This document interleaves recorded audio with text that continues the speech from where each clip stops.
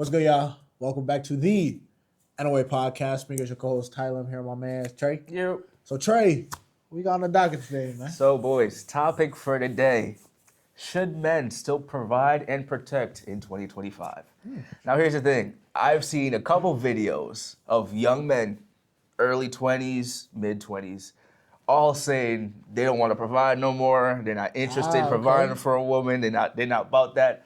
The older generation had it wrong. It was like they're strong and independent. They can definitely provide for themselves. So not to cut you off, but I'm just curious, based off these videos, so they just think, do they believe in like 50-50? Do they think like just what is their... From my understanding, they believe you are an adult yourself. Okay. So it is hard. It's hard for them to justify why you should stay at home and do nothing while they go out and work. Okay. It's like you got two legs, two arms. You are just as cognizant as every other person. Okay. Why should I take care of you when you can take care of yourself? You've been taking care of yourself on your own for so long.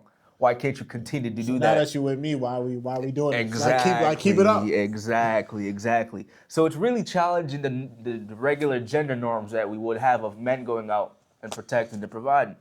Now, that's kind of where I got this whole question from.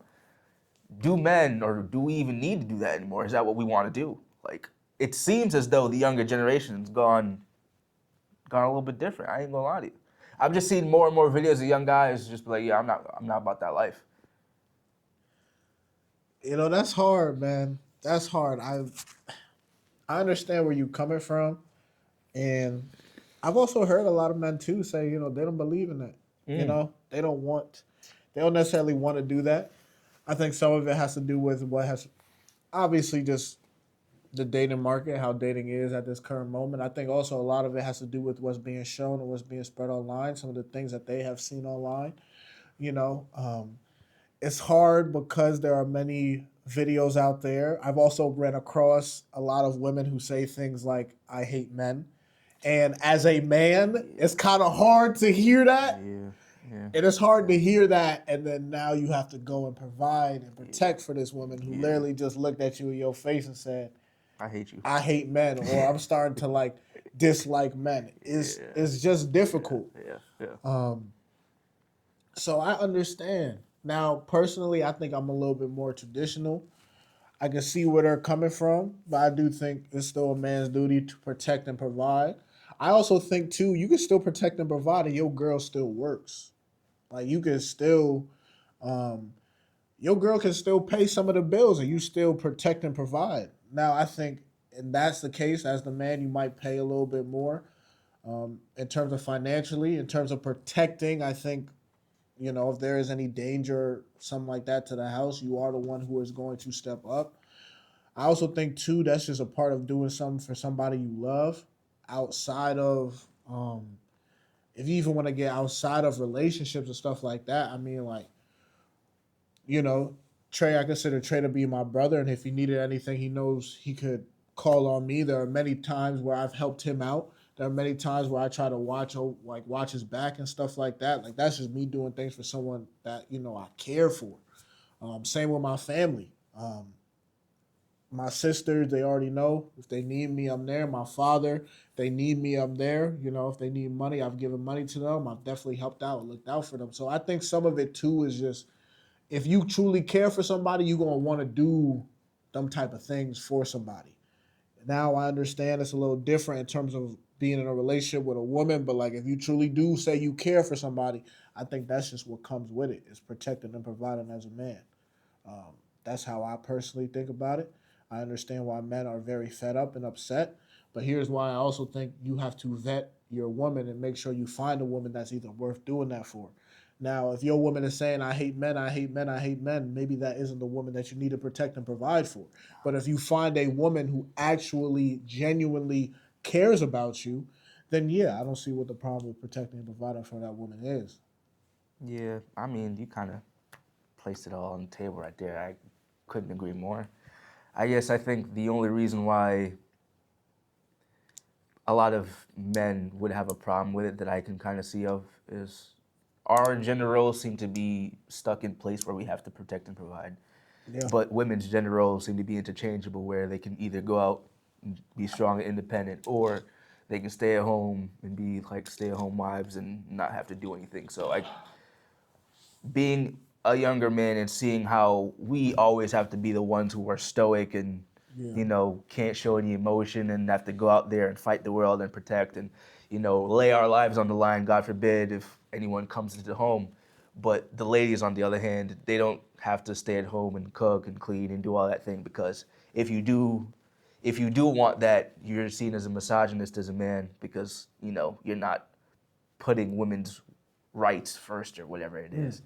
You know, so seeing all that, it does make you frustrated as a guy. So I can understand why so many men are like, you know what? No, I'm not going to protect and provide for you because that's what y'all wanted, you know? So it's kind of like going, Against the grain. not only going against the grain, but agreeing with what feminism wanted in the first place. True. So we're just putting forth what you asked for. But I can't sit here and say that I personally don't want to, like, maybe not always provide, but protect my family, you know? I used to only want my wife to stay at home. That's not the case anymore, you know, especially having conversations with older men, having conversations with the older women in my family, just women in general. My views on that have changed, you know. And it's not all because of feminism, but a lot of, I didn't understand before, but a lot of what I was told was women don't feel as though they're contributing. Is that how you say Yeah, it? contribute. To the family when they don't go out and work. You know, some of them feels as though like there's not much that they bring to the table. So because I was told those things, I guess I could understand more of why a lot of women would want to go out and work, which fair. is why I'm okay if my wife were to go out in there and do that. But I'd still like to protect my family at least. You know, I Facts. might not provide because. I mean, yeah, I'll go out and work, but she's also out there working too, so it's just kind of like I think to a certain more extent, you're equivalent. still providing though. Like you're only not providing as if you're working and now you're just holding all of your money. Like imagine if you're working and then you come home and you don't pay none of your bills. And you just let her like you still paying your half, you're still providing. You're Yeah, still but giving. it is. I think it's less so because she's also doing both. So it's not. Fair. I'm not the sole provider. Yeah. I think that's what men were seen as in the past. As a sole the sole provider, provider. yeah. Yeah, that's not the case anymore. So not that it diminishes our providing, I think but it's just not as integral as it used to be. that's fair, but I think it changed. Like providing just has changed. So like back in the day, providing was you 100%. Now it's like you're providing 50% now. I think it's also you're not only providing financially but emotionally. Yeah. So I think I would agree with you. It has changed. It's providing with a caveat of both being there emotionally and physically instead of just financially. Correct. And I don't believe a lot of guys are trying to do that. No, that's fair, but I think if you're gonna have a relationship with somebody, anybody, you have to do both. You know? Like a part of it is an emotional aspect. Even with your guy friends. I mean, like we've had yes, a lot of friendship, male friendships, it is us kind of just like roasting each other and like joking at each other, which is fine. But like I've definitely told my guy friends some rather like dark or vulnerable moments. Yeah, but And they've been there. So like some of it is also emotional. I would agree with that, but I think even for us guys, it's not as in depth. So like It might not that happens, yes, but it doesn't happen as much as when it's with your girl. Correct. So I it's agree. easier for us to do that with each other because we kind of are on the same level emotionally as men, Yeah. where we understand how far to push to get information, to get you to open up, and then when to just kind of leave you Pull be. back, yeah. That's not the same for the women. And that, for a lot of guys, especially men who haven't had any experience with women, can be very taxing because it's like, yo, how far can I push with you? And then how much, information are you willing to give? How much should I pull back and just kind of like let you be in your place? If I do pull back, you might think that I don't want to be involved with you now because like you've emotionally like invested and said this, that, the other. So that's just kind of how I think it's men and women in relationships in regards to being emotional are just different. That is true. I agree with that. I just still think, regardless, there's an emotional aspect with it. Now, with women, do you have to deal with more of the emotional with a man? Yes. And do you might have to kind of pull more out of her or read more between the lines compared to with a man? Yes. Because like if I'm sad and I want to come to talk to you about it, I'm just going to tell you, hey Trey, I'm upset because of this, this, this. Compared with a woman, she might just be pouting, and you might have to be like, oh, well, what's wrong? Oh, it's nothing. No, no, like what do you like? Now, yes, is it more pulling out? Yeah. I think that's just what, and I guess this could be like the whole argument of why some men are also just like, hey, I'm not going to do this, but you got to come when you going out with a girl. How I look at it is like you got to just take the good with the bad. Of course. So you almost have to accept this is what comes with it. Now, if you aren't able to or you don't want to deal with certain aspects of it, fair enough. But this is what comes. That's just a part of the game, bro. That is fair. And I think that's why a lot of dudes haven't. I believe that's why relationships now are so hard to find for both men and women, because both sides aren't willing to do that.